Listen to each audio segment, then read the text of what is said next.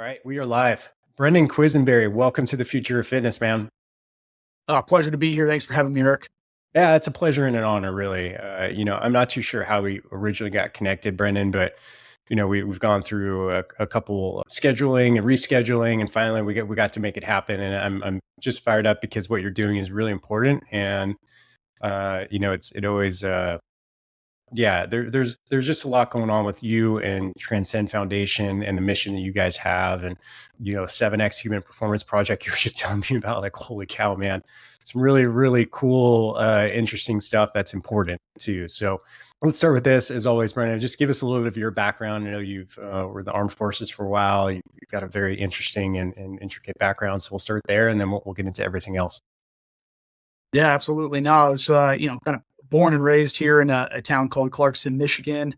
At 18, I hit the United States Army, was 11 Bravo infantry guy, pretty much 2004, went straight into 82nd Airborne Division. So I became Airborne qualified, went to the 82nd Airborne, immediately deployed. I know I've told people from time to time, there's a couple times where literally, I think from my senior prom to the time that I was on the streets of Baghdad was, I think, about a 6-month time frame. So it was pretty crazy. You had to mature pretty quick, and things are kind of thrown at you pretty quick. But yeah, I did some time in the 82nd Airborne Division, about 5-6 years. Went over to the 101st Airborne Division, was on the 101st Parachute Demonstration Team. That was pretty cool. Got to jump into thousands of baseball games, football games, air shows. Got about 7,000 skydives under my belt now. Fell in love with the sport of skydiving. It was great, and it was really cool to represent the United States Army through the sport of skydiving and bolster recruiting numbers and kind of, give fans and audiences a great show. And then right around that time frame, right about 10 years, about halfway through my career, went and joined Special Forces. So 2 years of training in pipelines, became a United States Special Forces Green Beret. And then for the last 11, 12 years, I've been constantly kind of deploying back and forth for my country. I was with 7th Special Forces Group for a while, and then went over to 20th Special Forces Group for a while as well. And then literally actually retiring out as we speak. Wow. So wait, how many years were total was your career within the armed forces? 21. 21. Yeah. Wow. And how's that transition going? Like, just for you, like, at a high level, like, how does it feel? Are you excited about it? Is it kind of a bummer? Is it a mix of everything? Well, great question. And the transition piece, I think for a majority of armed service members that get out, whether they retire out or they, just ETS and just get out after 4, 6, 10 years, is some of the hardest times, I think, for service members when they're transitioning into the civilian sector. For me, that transition actually happened when I was year 15. So I did 15 years active duty. And then the last 5.5, I've kind of done with the National Guard. So my official transition was probably about 2018, about 6 years ago. And that time frame was really rough for me. I think I went into the civilian sector. I was given everything, actually. I was given a good job, six figures right out of the gate, doing weapons and ammunition, sales and all that. So from a gun guy, that was like almost a wet dream of mine to kind of do that. But I basically fell apart. Like, it was just weird. It was different. I struggled with it a lot. Went to binge drinking, went to a lot of, kind of down dark rabbit holes. It was interesting. Actually, it took me to a spot to where I almost killed myself, actually. So I was pretty close to suicide at one point in time, which was right about a year after I kind of ETS'd out. So it was rough. And then it took me some time to get help through some foundations, a little bit through the VA. Did what I could with the VA, but got some help with other foundations, and over like a year or two got better. Again, was with the National Guard, so I still continued to do, special forces deployments here and there when I could. And then eventually, takes me to starting up a foundation as well. And I'm sure we'll get to that. But yeah, that was kind of my transition was a little rough, to say the least. Yeah.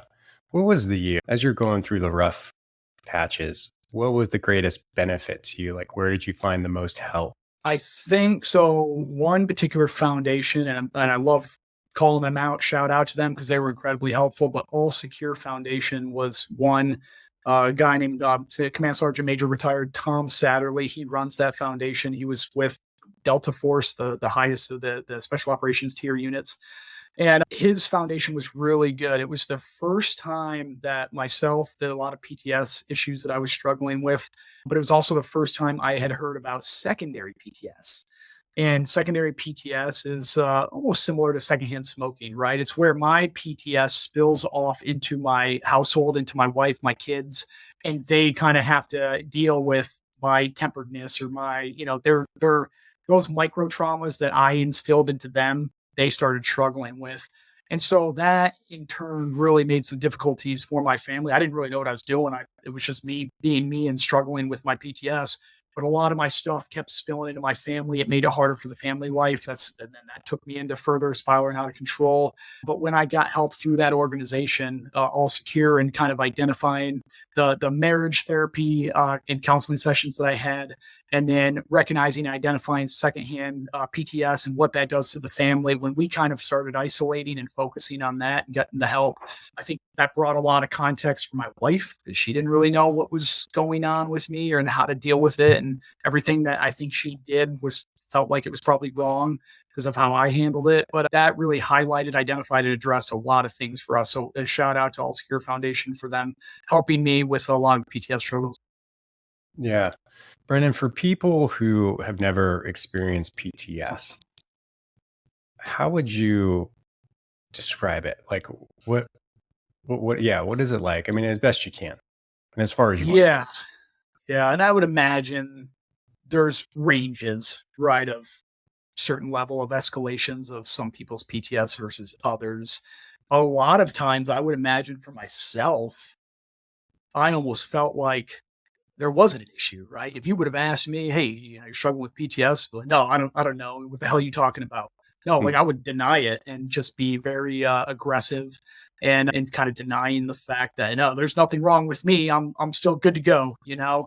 And so, I think that range looks different for people, but then there's no doubt my struggles, my attitude, especially in the home life, again, how I mean, my kid would probably spill a glass of milk, on the counter or something like that. Of course, I would snap, and start yelling, like, what the hell are you doing? Like, learn to hold your glass normally, right? And then it's up to my 4 or 5-year-old daughter, and she's about to like look at me and start like welt up in tears in her eyes. And then it takes me a second to be like, what am I doing? Why am I yelling at her for this? Right. But it's yeah. so reactionary to where I would just snap at people, short temperedness, aggressiveness, irritability. I mean, those were a lot of my signs, but I would probably be in straight denial about having it. So that was probably a little bit of my struggles with it. And then people that would kind of probably see those things and then eventually engage me with them and tell me about these things. Again, I would just brush them off and just not, you're talking about, I'm fine. I'm fine. I'm good. Right. And of course, anything but. So that was kind of how mine predominantly looked like, yeah, that's, I guess, a little bit of what I can answer for you. Yeah. Yeah. Yeah. Well, I think it's a good segue into this is that, before we get into everything that the Transcend Foundation does, right? Maybe give us an insight into the problems that you guys are looking to address and solve. Absolutely. So glad we kicked off the topic here with PTS. Now, talking about Transcend Foundation, all right, Transcend Foundation's mission statement is to identify and address the invisible ones, right? And exactly what do I mean by that? So post traumatic stress, TBI, traumatic brain injury, endocrine deficiencies, hormonal imbalances. So a lot of things internally going on that a person might not fully know really what's going on. Not quite the same as a blown out back or a knee where you have to address that immediately. These are like slow, irritable drips that just make a person off throughout their day to days of operating within life, right? Those invisible wounds that catch up to them as people are struggling. So that's what we do. We identify and address that through the foundation. Now, PTS and TBI, those are some pretty big buzzwords. And I think over the last 22, 23 years with global war on terror, even back in 2004, 2005, Dr. Barry Omalu, which was the NFL doc that blew the concussion protocols wide open, right? If you remember that for CTE and concussions. PTS, TBI has been around for a while, obviously, and it's the beginning of time. But for us to kind of identify it as a society and as a country, yeah, definitely those two have morphed over the last 20 years into well-known research topics. But what hasn't been as well known is endocrine deficiencies, hormonal imbalances. So when I first found out about this, I was getting ready to ETS and leave service after 15 years, right, from 7th Special Forces Group, then go into the National Guard. Just before I did that, we had a team of doctors from Special Operations Command from SOCOM. They came out, they did some studies on us and everything, and it was the most extensive, probably medical study that I'd ever done. They hooked us up to heart rate monitors, to sleep monitors. They checked our dieting. They went to the gym with us. I mean, it was great. We had them basically in bed and tag along with my special forces team for a couple weeks, and they're collecting all this data. And again, blood work, biomarkers, everything. They did the whole nine. It was awesome. It was great. So, anyways, just before I'm getting ready to leave off active duty service, this team of docs, they eventually, 2 weeks goes by, they calculate all your results and everything. They kind of sit you down, and then they're like, "All right, hey Brennan, we're going to go over your results." And I'm like, "Okay." And so they, sit you down, and then it's just like, "Hey, you have high blood pressure, you have low testosterone, you have low vitamin D, DHEA, you have thyroid issues, pre-hypertension. Doesn't look like you're sleeping very good." And it just, kind of the list goes on. And of course, you hear that information. And again, just to remind the audience, we're a bunch of special operations, tip of the spear, barrel chested freedom fighters. So the moment that you tell us like, "Oh, you're suboptimal or you're not doing good," of course, we're like, "Well, how do I get better, doc? What can I do to get better? Get me back in the fight," kind of thing. And at that time, they were kind of like, "Well, there's nothing we can do. We're just here to collect the data." Okay. All right, fine. So, of course, immediately after, I get done, my results are kind of more private and told to me, right? But then, over a bunch of, Green Berets, and we're just like, hey, Eric, hey, how'd you do? Right. And Eric, you're like, "Man, I have low testosterone, low vitamin D, this, that, and the other." You're like, "Oh, okay, man." Mike, how'd you do? Same thing. Right. So now I'm like, "Wait, what the heck?" And like, I realized like kind of a light bulb moment at that time where I'm like, wow, there's a lot of people with hormonal deficiencies going on within the special operations community. And so, at that moment, you're kind of like, well, yeah, obviously hindsight's always 2020, right? So you take a look at, well, for multiple combat deployments, you're constantly overseas, you're stressed all the time, your fight or flight mode is constantly kicked in. You don't know when you're going to step on an IED. You're doing missions at night. You're sleeping during the day. So there's your vitamin D deficiency issues. So of course, there's actually things that do make sense as to, okay, that kind of explains why we're out. But then why do we continue to operate suboptimal? And so at that point in time, I left service right around when I got that information. And what did I do with all of that information for the next 4 years? Nothing. Of course, I got into contracting. I got into other gigs. Life just continued to happen for me, and I didn't address a single thing. Right. So I had all that information, all that knowledge about my hormones were completely messed up. I was struggling with all the stuff. Obviously, PTS and TBI issues were there, all engulfed and rolled into one. I kind of knew some of that, but didn't fully understand it or know it. And it took me to eventually 4 years later, I was at the gym running into the owner of Transcend Company, fellow veteran himself as well, named Ernest Cohen. And so Ernest and I talk in the gym. A couple of veteran guys come together. We hit it off. And then, of course, we both start talking about some struggles that we dealt with. And Ernie had experienced some physical mental health struggles. I had gone down the ringer with the same issues. And it wasn't until we both basically came together and were like, yeah, he got help with some foundations. I got help with some foundations. It was great. And then it was kind of like, why don't we start our own foundations, with addressing endocrine deficiencies, hormonal imbalances? And so that's where the birth of Transcend Foundation came out, which again, we identify and address the invisible wounds, PTS, TBI, but the biggest thing is blood biomarkers on all of our people, getting a comprehensive blood work panel on them and finding out the deficiencies within hormone irregularities that are commonly found in not only special operations guys, but military people across the board. And that's what we're not only identifying, but also addressing. Yeah, really interesting, man. A lot of it seems to align with I had Dr. Kurt Parsley. I think I connect you guys. I don't know if you ever got a chance to talk to him, but on this podcast about 6 months ago, 5 months ago, and he works with the SEAL teams and very similar almost identical stories, and the big thing for him that he addressed was, all of the, low hormone levels, very, very suboptimal, almost like really bad, right? Like it's shocking to see, guys like you or, team members who just look physically amazing, right? And in great shape, strong, resilient, but then, on the inside, they're just a hot mess. And, uh, his thing too is like so many of them were taking Ambien, right? Like, and that doesn't Mhm. give you really good restorative sleep. So that was a big issue. That's why I came up with the sleep remedy. And, part of it too is it sounds like, the last thing that I imagine special forces people want to do is admit that, hey, I'm not fit for duty. And then you get taken right away from what you love to do. And that's a big Mhm. part. So what do? You just hide it, lie about it. Yeah, So I mean, is that similar to in your absolutely. experience as well?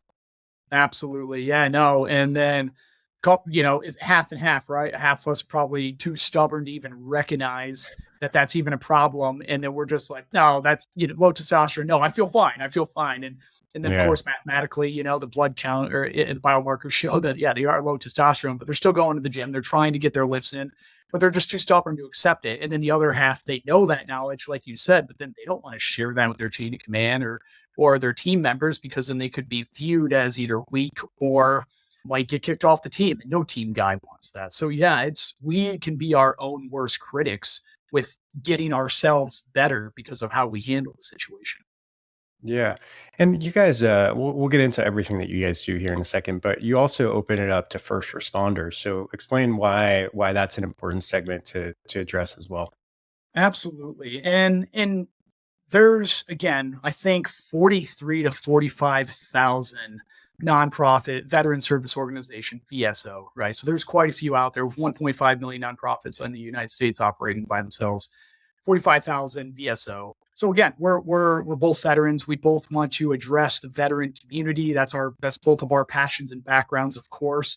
But me and Ernie were talking about it as we were kind of building this idea out and building the foundation out. It was pretty quick for us to be like, you know what, let's add first responders in there too, because I know my whole family comes from heavily law enforcement backgrounds. Ernie has, law enforcement and firefighter background in his family as well. Right. And so we both wanted to kind of, easily address and open it up because there's a lot of issues with amongst law enforcement, with amongst firefighters as well. Suicide rate is not quite as high, but just as high with, even firefighters, right? And so a lot of people are struggling with those invisible wounds. And again, it's the people on the front lines, right? Like your veterans or your obviously active duty military that's going out there, your law enforcement guys on the day to day that are going out there. Most of the time they're getting paid not the greatest of money, right? And then they're sacrificing so much and a lot of it with their health, physical, but then also a lot of mental health going on there as well. And so we wanted to open it up and address those guys. Yeah. Yeah. I mean, all of the firefighters that I know, and I know a lot of them really very closely. It's tough, especially that transition between the shifts. Like, it's 2 3 day shifts where sometimes it's incredibly busy. You're not sleeping. You're going from this world of just, yeah, and they, sense of humor is really important within those communities because that's how they cope too, right? So they come back in the stories I hear about, when they're just on shift and the things that happen, they're laughing about it. I'm like, dude, that is really effed up. Like, most people who aren't used to that level of reality, I guess, and then they have to go immediately transition back into normal family life, back and forth, back and forth. And, I was talking to one of them, a daughter of my friend who's a captain of a very, very busy department. And they're like, yeah, she's like, yeah, I can tell within 2 minutes of my dad walking in the door if I'm going to be avoiding him that day or saying hello to him that day and giving him a hug. Right. So like it's almost immediate, almost 30 seconds. I can just tell. So it's like, I think that's something that people don't talk about with the first responders as well. So I'm curious Yeah. just to get your thoughts on that Se- quick transition they have to make. Secondary PTS. There you go. Yeah. The kids Yeah. pick up on it and they know. Yeah. Yeah. Yeah. Okay. So how are you guys addressing this problem? Like what is the foundation doing? What are the pillars it stands on? Yeah, absolutely. So right now, it's not like we've actually launched. We have a website up and going. It's still under Mhm. construction. So we're Okay. still building out as we speak. So, bear with us on that. But I Yeah. think we got our donation button and page and all of our information up there right now. Eventually we're going to add, hey, contact us, connect with us, and all that. We're going to get that built in, but it's been primarily word of mouth and people within special operations communities or veteran community that I know that other people have known and brought them to us.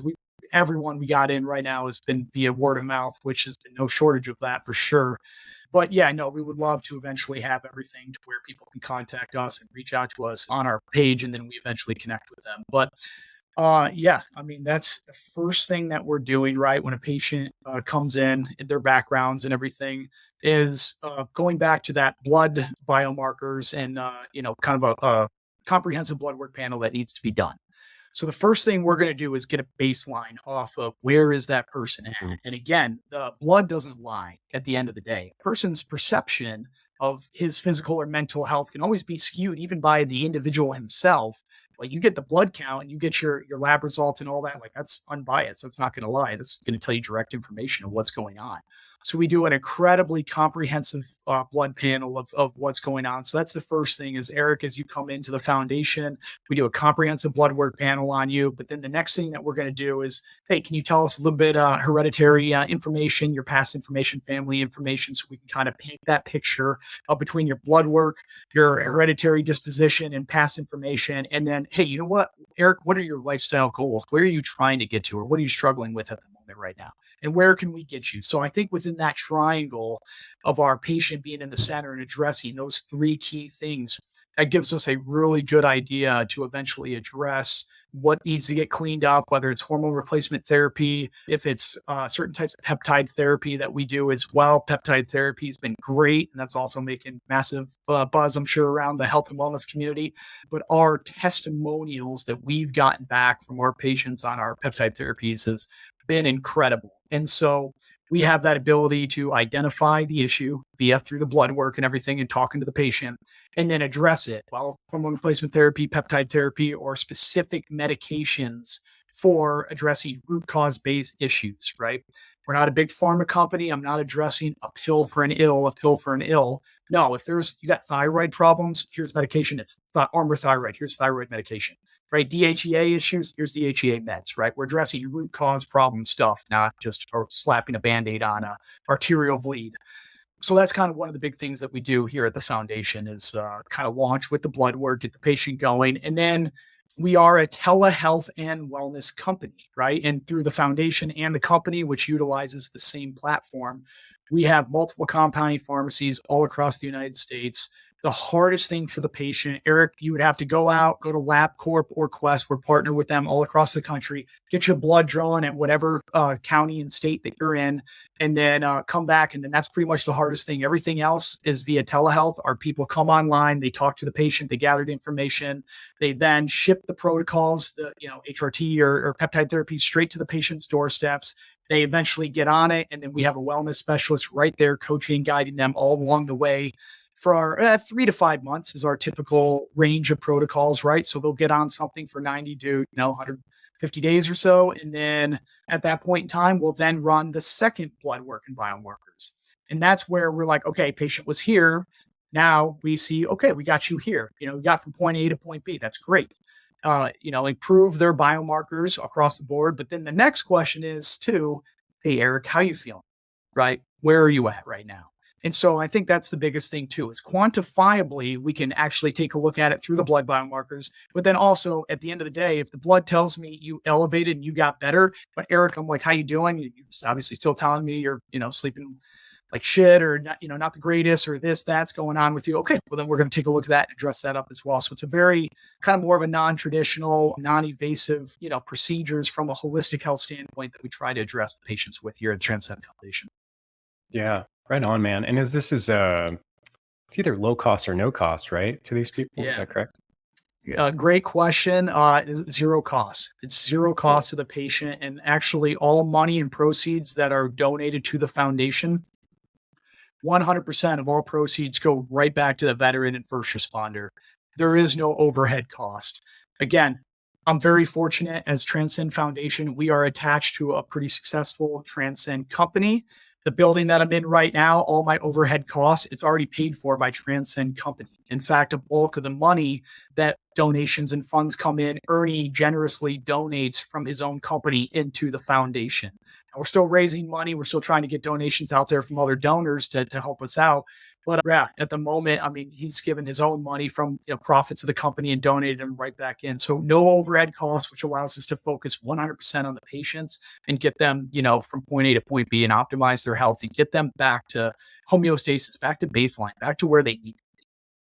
Yeah, awesome. And how does one qualify for this? I mean, do you have to be active duty? Can you be retired? Like, what are the qualification processes to be part of the program? Yeah. So, I mean, technically, right? Qualifications is veteran, first responder, that kind of qualifies under those categories. Now, at that point in time, it's been primarily word of mouth. So I'm getting guys coming in, and in that moment, it is strictly okay. What funds do I have to play with? I'm the executive director of the foundation, so again, I take donations in. It is a balancing act. I would love to take every veteran, every first responder out there on the streets. Love to bring you in, but of course, we have donations, we have funds, so I have X amount of money that I have to play with. So that allows me every month and every quarter to kind of, hey, let's bring in 15, 20 more. Let's bring in 50 more, right? So I kind of have the ability to kind of play with that. And then at that point in time, it will be a little bit of triage, right? If I do get a military guy who's multiple combat deployments, and then I get another guy from the military that maybe served 3 years and never deployed, if I only have one slot left, I'm most likely going to get that guy who's probably struggling with multiple combat deployments, right? So there's a little bit of a triage system that kind of goes into it through questionnaires and also me talking with the patients as well to kind of link them in and engage them where they're kind of at and getting them into the foundation. Yeah, right on. It's interesting. I mean, having spent a portion of my life in California, a portion of my life here in Montana, like, uh, I'm sure you know this, and I'm not sure if this, you can fact check me, listeners, if you want, but I'm pretty sure that Montana has the highest percentage of military veterans per capita of any state in the union. And you drive around and you see a lot of billboards, and rightfully so, just bringing awareness to suicide issues and things like that. Stuff I didn't really see around California very much, right? So it's become, more. It's just talked about here a lot, and I feel like even though it's still a tremendous problem, at least there's a little bit more awareness. But how do you feel? I mean, the state of things across the country, like, is how would you rate our awareness? F through A. Like, how would you say we're doing? Yeah, I would say so. Awareness, again, kind of echoing a little bit of what I said previously. Hmm. Over the last 22, 24 years, post traumatic stress, TBI has gotten a lot better, right? A lot more awareness, a lot more research on it. Treatment centers, different modalities for healing has gotten a lot better.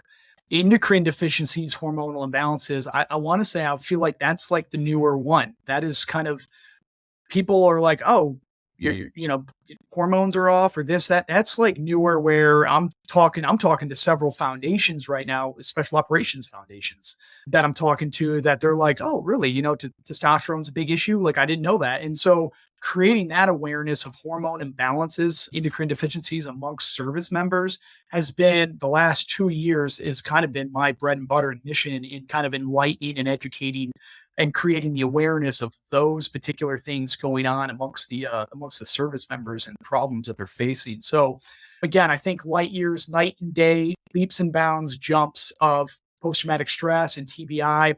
But I would say endocrine deficiencies, we're almost 2004, 2005. It's like just before the case blew wide open with Dr. Barry Omalu with CTE and concussion protocols. It's almost like we're kind of there right now with a hormone imbalance issue. And so, but the moment that I tell people this, everyone's super receptive. They're like, oh, we had no idea. And then they want to help, or how can they do this? How can they do that? So that's been good. But I know the lack of awareness of that being a major issue with our service members is every day I talk to someone new where they're just not tracking, had no idea that is. So the education piece has been huge recently to enlighten people on the problems that a lot of people are facing with endocrine deficiencies. Yeah, awesome, man. Well, speaking of raising awareness, let's dive into this 7X human performance initiative that you have, if that's the Absolutely. right word. Yeah, give us what is it? Why? How did the idea come across? And yeah, tell us about the experience too. It's it's amazing. Yeah, this was a big one. So the project was called 7X Human Performance Project. This was spearheaded by a Navy SEAL named Ryan Parrott. And actually, I plugged in with this. I heard Ryan speaking on another podcast at a given point in time a couple of years ago, who was talking about this upcoming project, 7X. So Ryan Parrott, his former sniper partner and one of his best friends was killed, well, suicide, right? And this, again, sometimes we've heard this, before, maybe sometimes people haven't. You're talking like if you thought anyone in your family or your network of friends like who would commit suicide, like that, his sniper partner was the furthest from ever doing that, right? And so you never know who it strikes or where it comes from or why people do what they do, right? Because prior to that, you would think best loving husband and father and great team guy, never would have thought any issues with this guy. So, if, I guess suicide does not discriminate at all, and it can target anyone. So he lost his partner to suicide, and then a year or two went by, and then just within the community, again, 22 a day. That's probably a generous number. I think that's a good number to say because it's probably actually higher than that. And so we're actually fine with probably saying 22 because it's probably 25 to 28 now. But with that being said, it was a major problem. So Ryan set out on a mission to basically wanted to do this holistic health project where, he can address a lot of things, physical, mental, emotional, spiritual, and social health, where he wanted to put together a project that was so intense that basically simulated a combat deployment. Like, how do guys go overseas? They do a combat deployment, they come back. So, of course, that's really hard to simulate in real life. But they were like, you know what? We're going to, church this up. We're going to go all over the world. We're going to have 7 operators that are going to go to 7 different continents, do 7 skydives, 7 marathons, 7 swims on 7 continents in 7 days. And so that's for sure going to throw the human body, and through a whole loop of, messing you up. That's going to throw anyone off. I mean, I think we logged, I want to say like, I don't know, it was like 120 plus hours of jet time. Like it was insane how much time we spent on the plane, right? Your sleep's going to be deprived, you're jet lagged, you're burned out from marathons, from skydives. So he took a test pool of 7 operators, a couple Navy SEALs, a couple Green Berets, a few unit guys, and kind of added it to the test subjects, right? So I heard about that through a podcast. And then of course I reached out to Ryan, told him how fascinated I was with what he's about to do. And then he was like, well, if you want to come on board or be part of the team, please let me know. And so I was very curious about that. And of course I came back, I brought this to my boss, Ernie, who I'd mentioned before, told him about the project. He was all in. So we basically kind of helped support the backside of Ryan Parrott's project. We did a lot of the biomarkers and blood work on the test subject. So we did basically a pre, during, and post blood work. So obviously pre, they're in really good shape. They're about to deploy and go overseas, which is do the actual event. Then they actually, so their biomarkers were looking pretty good. Then they go execute the actual thing, and then we get post blood work on the back end. And of course, all 7 of them, they were trashed. Their biomarkers were kind of trashed. Obviously, they're all struggling with certain things, because a lot just happened. So then at that point in time, it's like, okay, how does the human body then recover? How do we, okay, now they're trashed. How do we get them to recover quicker, faster, so they, get them back into the fight and back down range possibly? So those were kind of what Transcend Foundation and Transcend Company participated in by helping Ryan Parrott and his entire crew of doctors and nurse practitioners, massage therapists, counselors. He had a whole team go with these 7 operators, travel the world, and then collect all this biometric data and everything. And so Transcend did the blood work and did some of the peptide therapies pre and post, and that's kind of where we fit in. But it was his project. He spearheaded it, but I got to tag along. And because I'm also a special operations guy myself, I'm a huge avid skydiver. So I loved being able to do all the jumps in the different countries as well. But it was just a great project. And again, it was all about mental health. How do we stem? Why are we having this mental health crisis and suicide kind of crisis going on right now? What is driving us to this?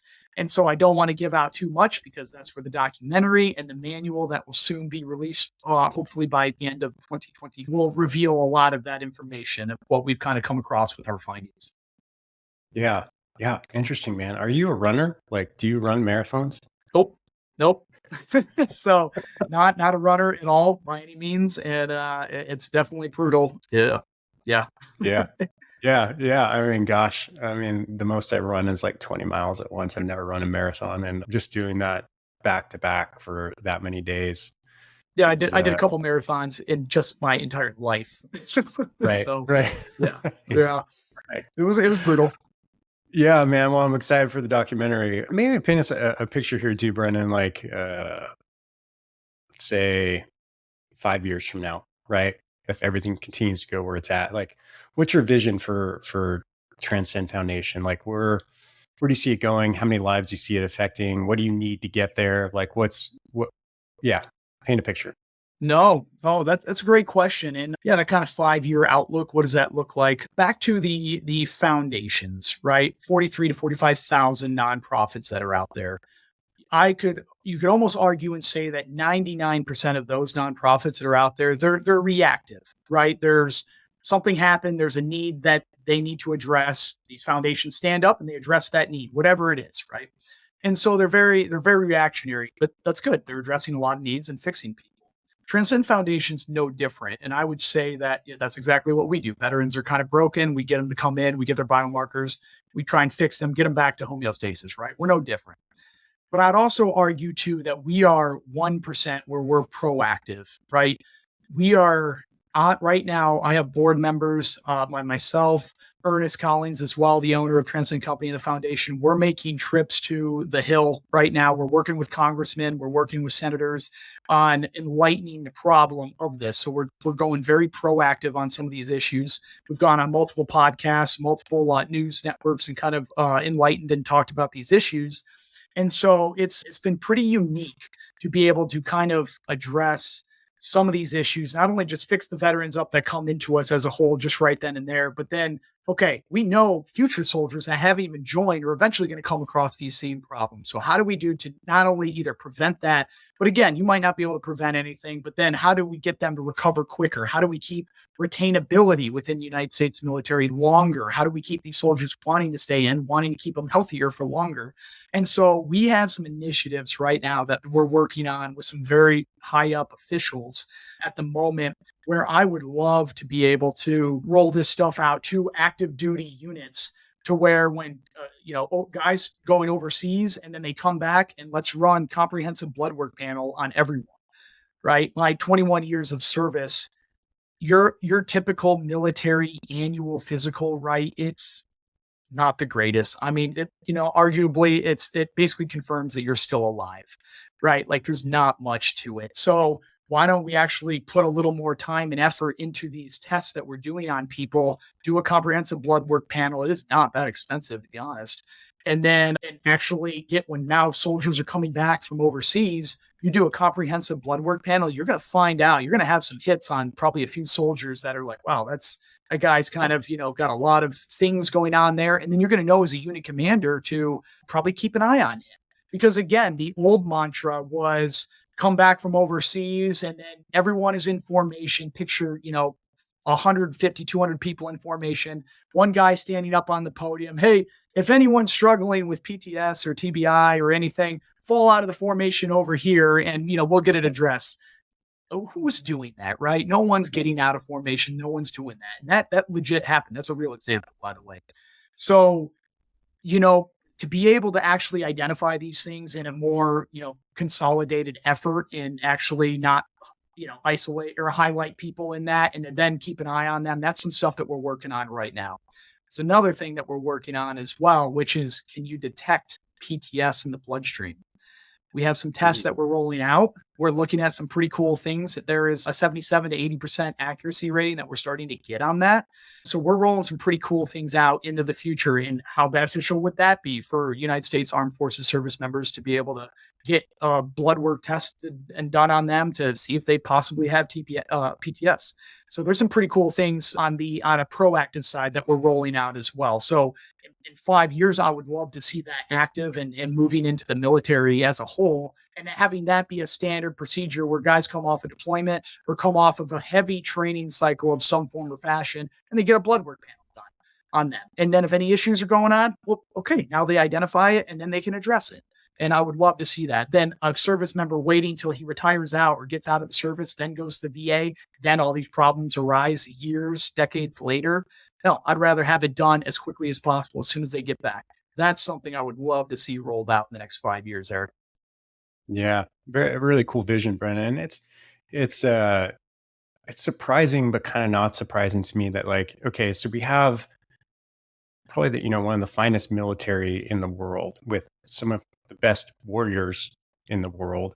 And yet, like with so much time and a credible amount of capital invested in the training and the equipment and the logistics, but like, but maybe I'm missing something, but it seems like optimizing the human with all the science that we have through, hormone optimization and sleep optimization, everything that people are paying so much at longevity clinics for now, right? Like it just seems to make a lot of sense. Like, why not get them while they're operating and keeping them at an optimal level? So, recovery, mental acuity, things like that, just, make the best even better if we can, just seems to make a lot of sense. Absolutely. I mean, you're spot on with that statement. And why? That's always a good question. Don't know why. I will say this: it's heads are turning. People are becoming more aware of it, and higher up people, Congress, and people that can actually start to infiltrate and make change. High generals, high colonels up in the military, they're starting to kind of become more aware of it. Now, again, it's the United States military. Things operate very slowly, right? If you Right. want to change the smallest things, it could take 1 to 3 years. You never know, right? So things take some time.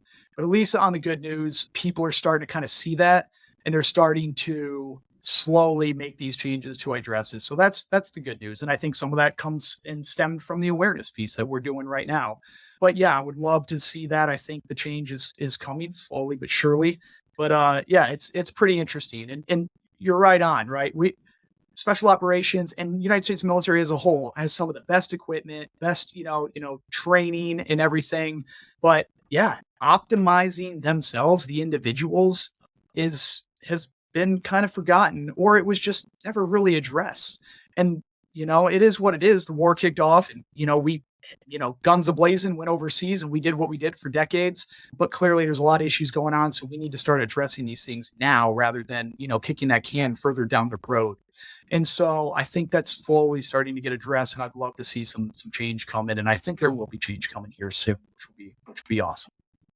Yeah, man. Awesome. As an industry, so, people in the fitness, health and wellness industry, uh how can we help you with what you're doing, Brendan? And what would you like to hear from people about?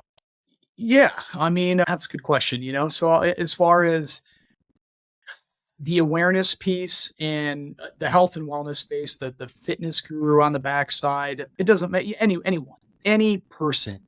One of our taglines that we say here is invest in your health, and your health will invest in you. Right. So I mean, go do a comprehensive blood work panel, because unless you're having your over 40 physical, where then it becomes more comprehensive for people to go to their primary care physician at that point in time. And then they're like, oh, you're 40. Let's do this physical now. And it's like, now they're addressing it. Go get that done now. Get it done in your mid 20s. Get it done in your 30s. There could be issues going on that you can then identify, or there might not be. And if there's not, and you're a 25, 30, 33-year-old person, and at least you have peace of mind now that you're like, I just spent 150, $200 on comprehensive blood work panel. You know what? Everything looks good. Great. You have good peace of mind. But more often than not, 90% of the hits that we get on comprehensive blood work panel, there's going to be 1, 2, 3 biomarkers on there that need to get cleaned up and addressed. And it's just the current lifestyle that we're living, the sedentary lifestyle. I think a lot of stuff with the food and everything that's going on, right? Like, we're very busy people. We're glued to our phones. We're glued to our computers. So there's a lot of things that are not optimizing our health and wellness by any means. So take that time, identify a couple things, invest in yourself. And again, your health will eventually invest in you for the long run. And then another cheesy tagline that we have here at Transcend is normal is not optimal. All right. And what I mean by that is, when I had my testosterone checked, my labs were about, the range for testosterone can vary, from 280 to say 900, 950, right? For testosterone. That's your range, which is being compared by 18-year-olds to 80-year-olds also, by the way, right? So you got a lot of older people that are going to lower that range level for you. So then if I get a lab result done at 310, guess what? My primary care physician is going to come back and they're like, hey, good news, Brendan. We got your results back. Everything looks normal, right? And me not knowing anything, okay, I'm 310. But as probably a 38-year-old, pretty healthy, fit guy, man, I'm hoping to be 700 plus, 800 plus in my testosterone level, right? But a primary care physician in Western medicine is just going to tell you, oh, you're in the normal spread range, you're good. But no, you're not good. Normal is not optimal. You can be a lot better.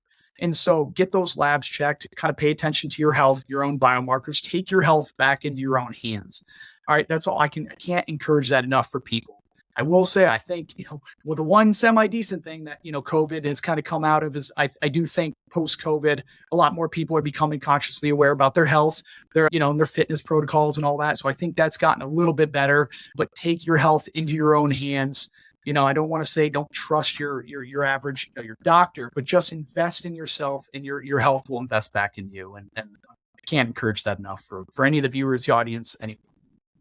Yeah, I couldn't agree more. People really have to be an advocate for their own health. You can't expect someone else to do it. And that means being proactive, being educated, seeking out knowledge and truth, and just having conversations like this with more people. So really, really well done, Brennan. People want to get a hold of you, man. Where would you like them to go? Absolutely. So for the nonprofit side, it's just www.transcendfoundation.com. That will take you to the foundation page. Please look at that. If anyone would like to make a donation, we would love that. Again, 100% of all donations, all proceeds go right back to the veterans, first responders struggling. Our www.transcendcompany.com. If anyone is interested in comprehensive blood work panels, they're not a veteran or first responder. Yeah, just go online, give us a look, and start investing in your health. And again, your health will eventually invest in you in the long run.